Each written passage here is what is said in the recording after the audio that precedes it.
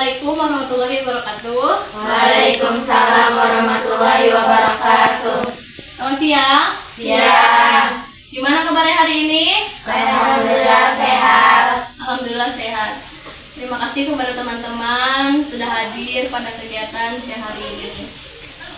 Agar kegiatan ini diberikan kelancaran oleh Allah Subhanahu wa taala, alangkah baiknya kita berdoa terlebih dahulu. Ada yang memimpin doa? Silakan. Sebelum kita melakukan kegiatan pada hari ini, maka baiknya kita berdoa dalam hati. Doa dalam hati mulai.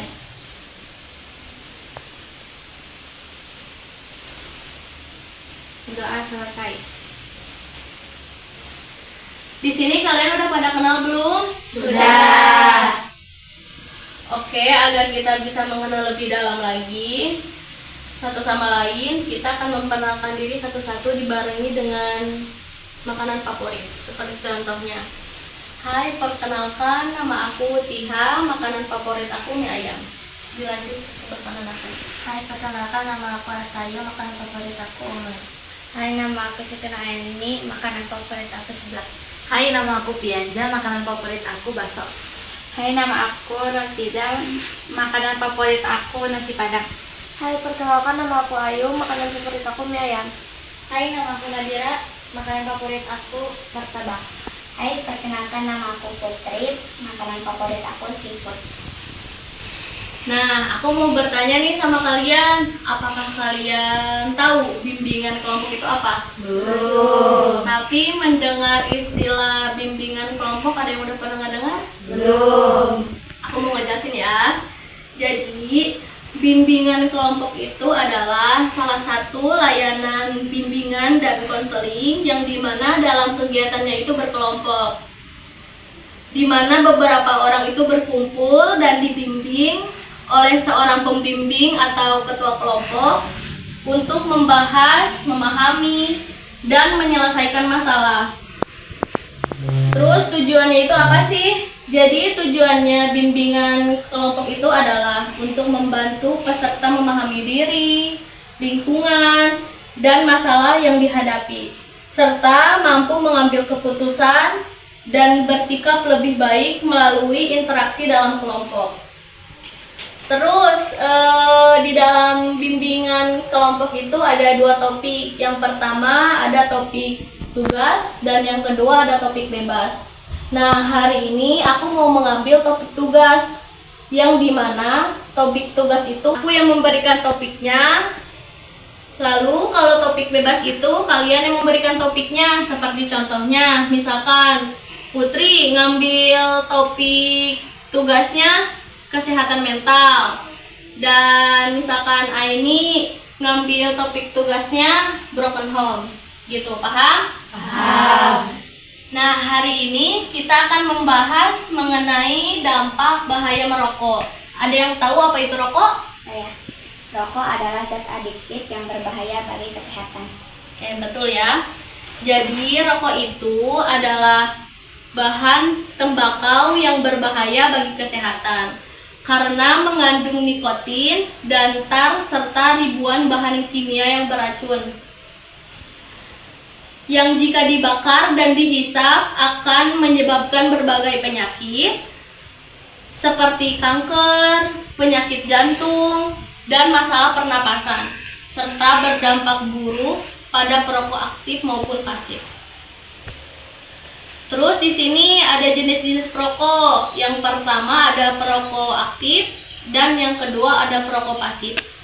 Perokok aktif adalah orang yang sengaja menghisap rokoknya sendiri. Terus ada perokok pasif. Perokok pasif yaitu orang yang gak merokok tapi menghirup asap rokok ya, dari orang lain gitu. Terus ada jenis-jenis perokok yang berdasarkan intensitas.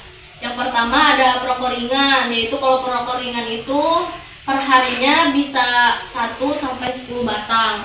Terus ada perokok sedang, menghisap rokoknya itu per hari bisa sampai 10 sampai 20 batang. Terus ada perokok berat, dia itu bisa menghisap 20 batang per hari. Jadi itu sulit buat berhenti ngerokoknya. Terus ada dampak merokok bagi kesehatan.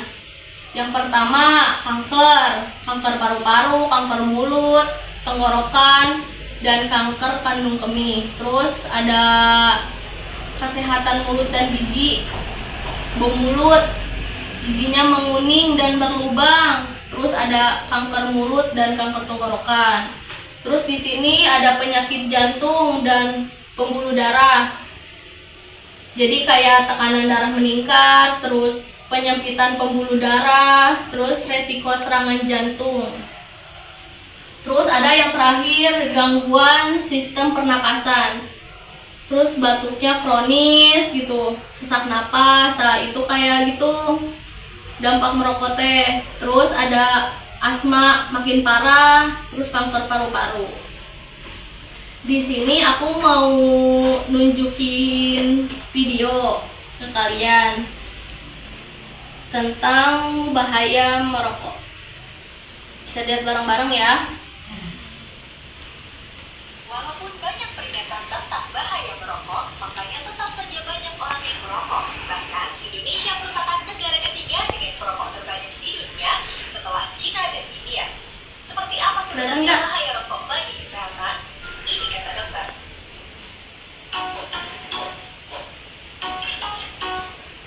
Pada satu batang rokok ada sekitar 600 bahan yang kalau dibakar bisa menghasilkan lebih dari 7.000 bahan kimia. Di mana 69 diantaranya beracun dan bersifat karsinogenik atau menyebabkan kanker. Komponen dalam rokok dapat dibedakan dalam dua bentuk, fase gas dan fase tar atau fase partikulat. Fase gas adalah berbagai macam gas berbahaya yang dihasilkan oleh asap rokok seperti karbon monoksida, benzena, formaldehida, hidrogen sianida. Karbon monoksida, gas beracun yang mudah berikatan dengan hemoglobin di sel darah merah sehingga hemoglobin yang seharusnya berikatan dengan oksigen malah berikatan dengan karbon monoksida dan menyebabkan jaringan tubuh kekurangan oksigen. Jika terjadi terus-menerus juga bisa menyebabkan kerusakan dinding pembuluh darah. Benzena, senyawa yang bersifat karsinogen dapat meningkatkan risiko leukemia atau kanker darah. Formaldehida mengakibatkan iritasi pada mata, hidung, dan tenggorokan. Jika terus-menerus terpapar zat ini bisa mengakibatkan kanker. Hidrogen sianida, gas beracun yang dapat berdampak buruk pada jantung, sistem saraf, paru-paru, dan tiroid. Selanjutnya, fase tar atau fase partikulat, yaitu residu hasil pembakaran rokok. Tar bisa menempel di paru-paru dan dapat merusak silia atau rambut halus di paru-paru yang berfungsi membersihkan paru-paru dari dahak atau buku sehingga meningkatkan risiko penyakit paru. Tar juga bisa menempel di rongga mulut, gigi, ujung jari, dan kuku merokok sehingga menyebabkan warna kuning.